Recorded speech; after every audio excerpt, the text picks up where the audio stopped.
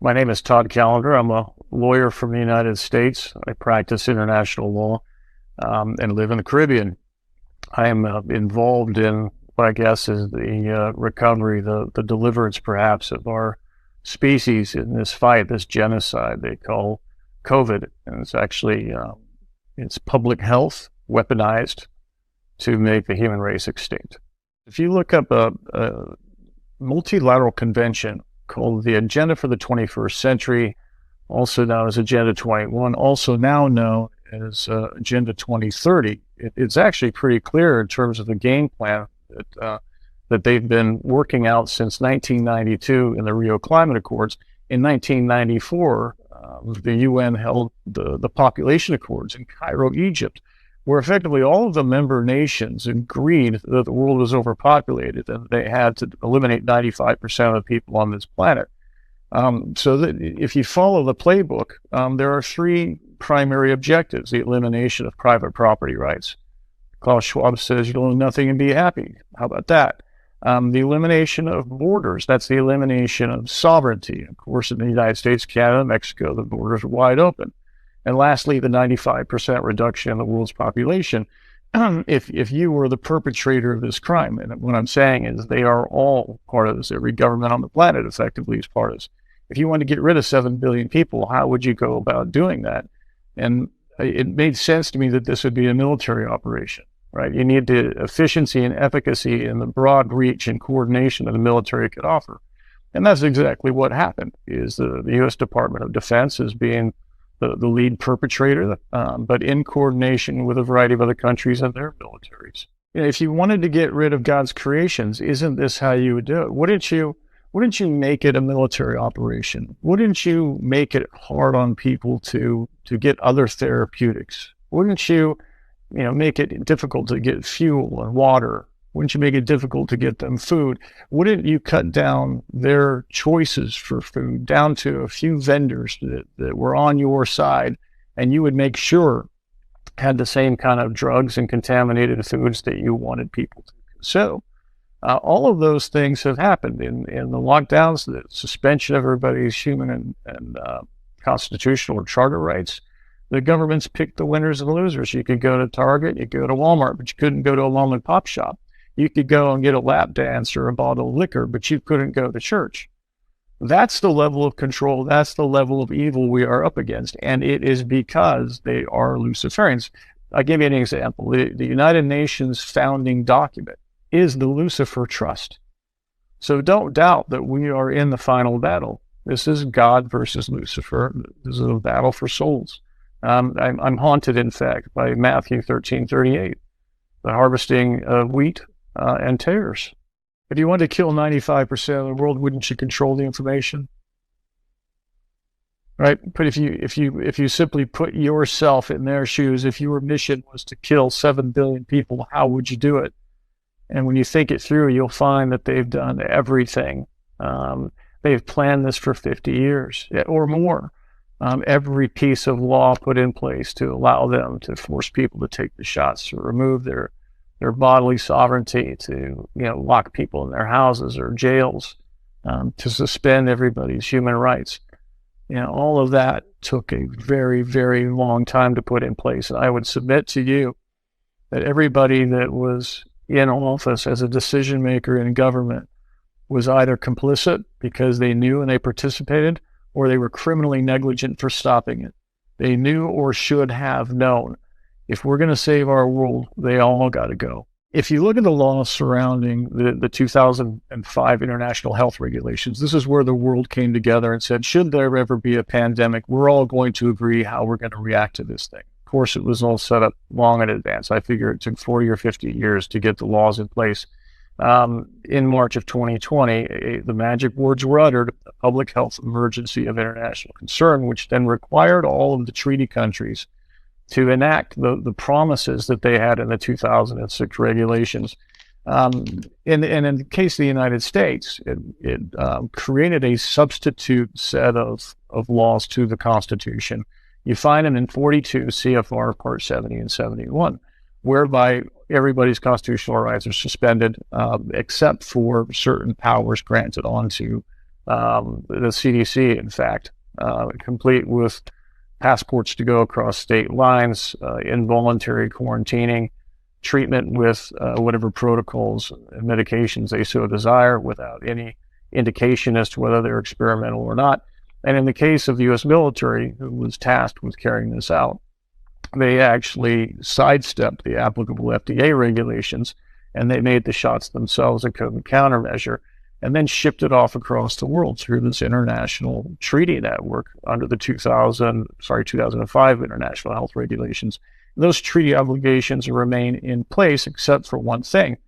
Prior to a couple of weeks ago, they required the observance of human rights. Right? The UN and the WHO talk about human rights throughout their constituent documents, and there are multilateral conventions that speak of that. The negotiations pre-approved by the U.S., by Mr. Biden, give away that ability to guard human rights. And so when the public health emergency of international concern is declared this time, on mere suspicion alone, by the way, mere suspicion of a communicable disease is enough to make this declaration. The U.S. military, and ostensibly all of the militaries of the world, will then be bound by virtue of these treaties to effectuate the mandates of the WHO. Not coincidentally, the public health apparatus was moved under the Department of Defense over the last 4 years through the National Defense Authorization Acts. So what you effectively have is a chain of command from Tedros Adhanom, the director of the WHO, down to the various militaries themselves, who will have the ability and the right to enforce with force, use of weapons if they so choose, quarantining and compulsory treatments. So here we understand that the COVID shots, all of them were gene modification technologies. None of them were well received. I have an understanding that less than half of the world actually took the shots. There's going to be a next time that Bill Gates says it, and there's already a good indicator that it's going to be Marburg. The reason I say that is Marburg is mentioned specifically in that citation, 42 CFR Part 70 and 71. In addition to that, there were Marburg provisions of the PrEP Act. The PrEP Act is one of the immunities granted through the COVID countermeasures, meaning that anybody taking part in providing these shots can't be held liable. There was special money earmarked should there be a Marburg pandemic that was put in 2020. And in 2021, Marburg provisions were in fact invoked. Our government said there's a Marburg outbreak. There was not one, and yet they used that money to build quarantine camps all over the United States. Myself and some colleagues actually interrupted them from building one in Cochise County, Arizona. We have the plans. We have all the intergovernmental agreements. Again, it's not speculation whether this is so. My point is that they've already spent the Marburg money. There is a Marburg outbreak in Africa right after they tested their Marburg mRNA experimental shots in the very same area. And we know that Marburg, that pathogen, was included as part of the contents in the COVID shots. Certainly in the Johnson & Johnson shots, there were 14 different strands of Marburg proteins put into that shot. We have evidence to indicate that they had Marburg proteins in all of the shots. So it's not much of a leap to understand that this next time will be a hemorrhagic fever. It'll be scary as hell because people bleed out of their orifices and has a high fatality rate. And I think the goal of the exercise is to drive everybody into these quarantine camps that they built in order to deliver a round of these experimental shots that will either kill or transform anybody that receives them.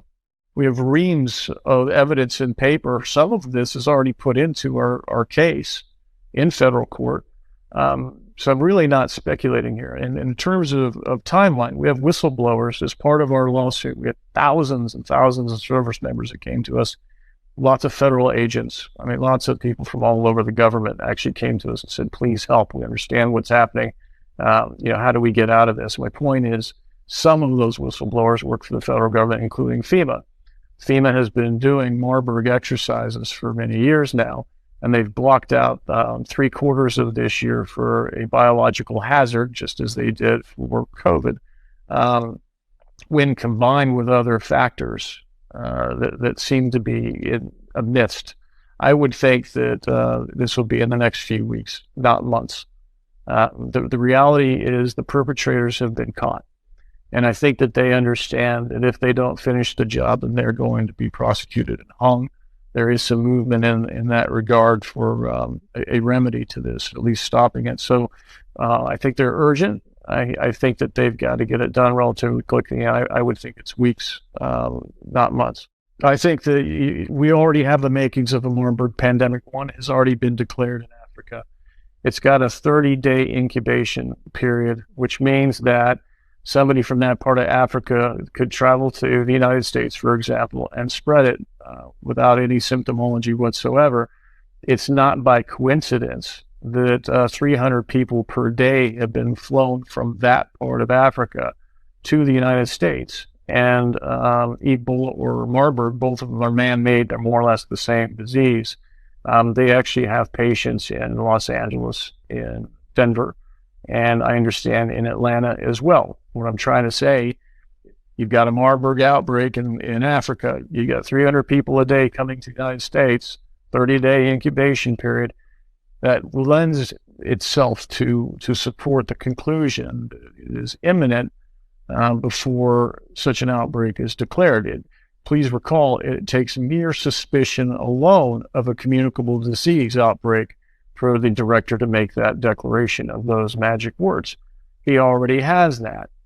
You might remember, for instance, in last summer, he made the same declaration about monkeypox, despite the fact that the board around him voted against it. He made the declaration anyway. It's the declaration itself that mobilizes the response, and that makes him effectively the single most powerful man on this planet. The money is spent, given that they've been caught, given that all the prerequisites are already satisfied. There's literally nothing stopping them from doing it. And I think also economics has a lot to do with that. If you look at the insolvency of the U.S. government in particular, if you look at the IMF, for instance, has abandoned their special drawing rights as their currency, and they've moved towards monetary gold. All of the nations of this world, even counties of nations, counties and provinces, have been buying as much gold as they can. There are very key indicators in the U.S. economy in particular that there's about to be a horrible crash, a crash like we have never seen before. And it makes sense to me that if there is such a crash, it's the most opportune time for them to seize power, military power, to effectuate their end goal, which is the transformation or death of every last human on this planet. Now, the hospitals are basically empty. We're not having COVID cases on a day-to-day basis. I think all of this is big news. But the other thing that's come out, made the news cycle recently, is admissions from multiple government agencies that indeed the virus, SARS-CoV-2, was engineered in the Wuhan Institute of Virology Biosecurity Level 4 Annex.